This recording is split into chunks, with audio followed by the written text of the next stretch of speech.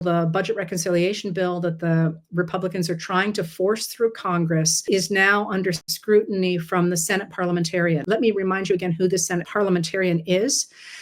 She is a lawyer generally. In this case, she is a lawyer who looks at a bill to see whether or not it is adhering to the rules of budget reconciliation.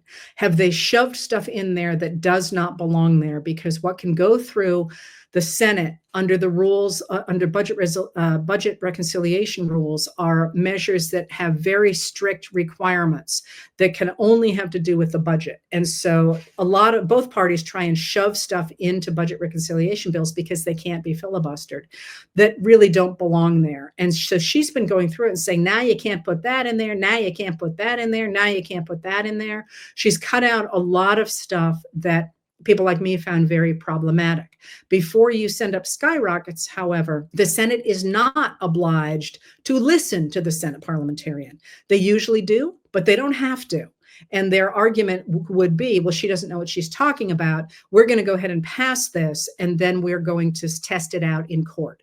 And it is possible that they will do that. I'm quite nervous about that myself, but as you know, I don't predict the future.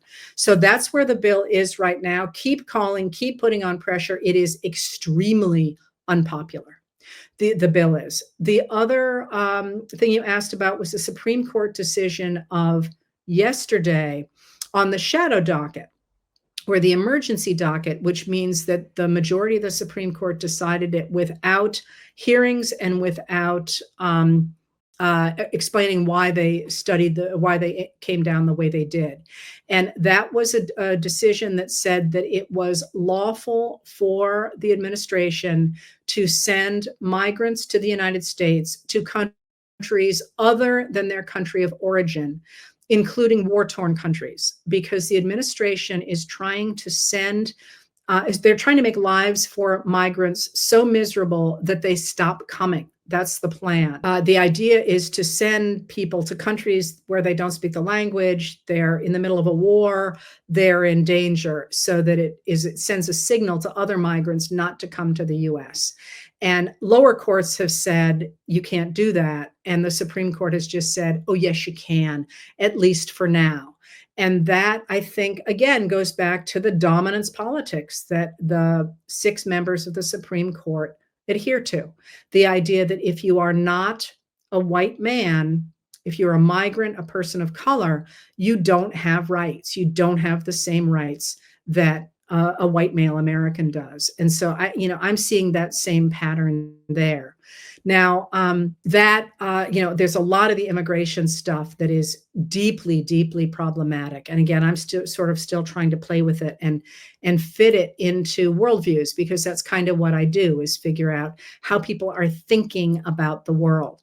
Now, the one thing that I have said to you consistently and will continue to say to you is this summer is going to be bad. This summer, you can already see, as I say, lots of surprises. The strikes on Iran are surprises. Trump's melting down today is, I think, a sign of his anger and frustration. You know that he has been roundly criticized. His poll numbers are underwater on absolutely everything, including on striking Iran. And first there was the brouhaha with Elon Musk, who clearly was calling a lot of the shots in the White House. Now there are more and more reports that it's Stephen Miller who is actually calling the shots in the White House, certainly with regard to immigration. And, I think Trump is frustrated and he's angry, and he's 79 years old, and there's a lot on his plate, and he is not able to handle it. That's going to mean that there's a lot of chaos in the White House, a lot of chaos in the country, a lot of chaos in Congress, where people are very unhappy. Not just the Democrats, but Republicans as well are very unhappy with each other and with Donald Trump. And they recognize that the things the administration is doing are extremely unpopular. Congress itself is so bitterly divided, they can't seem to get anything passed. We're facing a real problem with hitting the debt ceiling. And Congress is also unable at this point to hammer out a budget for next year, which is at this point too late. They'll manage to do something, They have to do something, but the members of the administration have not actually been producing the budgets they're supposed to produce, and so it's not really possible. There's a wonderful clip that I hope to write about on in the Senate the other day. Senator King from Maine, Angus King from Maine, was grilling the Secretary of the Interior, Doug Burgum, and he said, "You know, what are you doing here?" First of all, he was complaining about the cuts to the public lands, and he was doing so very effectively. I'll write about that. But he literally picked up the budget from 2025, which was like this thing. It was this big thing of paper. And he said, "This is the budget for last year." And then he held up a piece of paper and he goes, "A piece of paper, maybe a few pieces of paper," and said, "And this is your budget for this year. What are you doing over there? Because you've got, you're clearly not even trying to produce a budget." So they've got that on the table and everybody's fighting with each other. So the summer's going to be a lot coming at us. And at the same time, people are losing their jobs and the wheels are starting to come off things like the Social Security Administration, where wait times are twice what they were under the Biden administration already. And there's going to be a lot of discomfort and chaos around the country in the United States and also, of course, around the world. People are dying in large numbers already from cuts to U.S. aid. So be prepared for that going forward, because it's just going to be rough. Take care of each other, take care of your friends, spend time with your friends. That's going to be really important. But also, if you possibly can face it, keep your oar in, go to local things, go to state things, talk to your state representatives, put pressure on media, put pressure on your representatives, both at the local and the state and the national level. Call out what you see, defend your neighbors who are being picked up by whoever is wearing those masks. I maintain we still don't know who they are. This is going to be as the wheels increasingly come off the administration bus, this is the time to keep pressure on, because you just can't let this administration settle into a position of power, because it's going to have to, as it gets more and more chaotic, we're going to have to keep the pressure on. And the other piece of this that I really urge you to remember is, Pete Buttigieg has talked about this. J.B. Pritzker has talked about this. A number of people are talking about this, that we need to envision what we want out of the country and how we can help make that happen. Because there's a lot of really talented people who are not currently in power.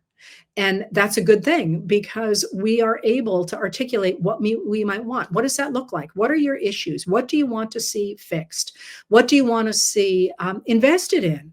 Because it is simply bonkers, as my friend Joanne would say, that one of the things, for example, that Senator King said the other day to Secretary of Interior Burgum, is King said, if the budget is from the floor to the ceiling in this hearing room, the public lands, which you have slashed, which are already underfunded and you have slashed, are the equivalent of 2 credit cards stacked together, way down there. Why are you doing this? What is the point of doing this?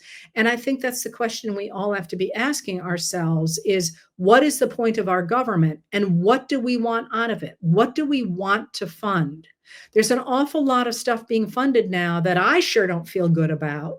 The new detention facilities that ICE wants, the enormous amounts of money we're putting into rounding up our neighbors.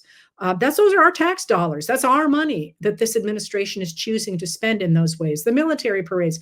Hey, the strikes on Iran were extraordinarily expensive. The strikes on the Houthis, which cost more than $350 million just in lost equipment alone, between the drones that were lost at more than $200 million and the 2 fighter planes that were lost at more than $60 million apiece.